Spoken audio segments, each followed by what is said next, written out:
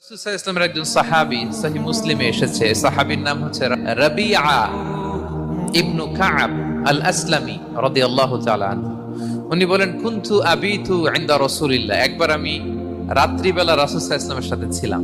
তো রাসূল সাল্লাল্লাহু আলাইহি ওয়াসাল্লাম যেহেতু তাহাজ্জুদের সালাত পড়েন, তো তিনি বলেন, আমি মাঝরাতে উঠে একটা গামলা দিয়ে পাত্র দিয়ে অজুর পানি নিয়ে আসছি বিশ্বনবীর জন্য, এনে দিলাম।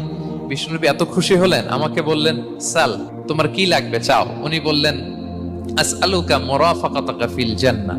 উনি বললেন, ইয়া রাসূলুল্লাহ, আপনি যদি কিছু চাইতেই বলেন তাহলে আমি জান্নাতে আপনার সাথে থাকতে চাই। অজুর পানি নিয়ে আসছে, বিষ্ণুনবী খুশি হয়ে গেলেন, বলেন, তুমি কি চাও? বড়টাই চাইছে। নবী, হ্যাঁ, আমি জান্নাতে আপনার সাথী হতে চাই। আর কিছু চাও? অন্য কিছু লাগবে? বলতেছে না। তখন বিষ্ণু সাল্লাল্লাহু আলাইহি ওয়াসাল্লাম বললেন, আইন্নি আলা নাফসিকা বিকাসরাতি সুজুদ।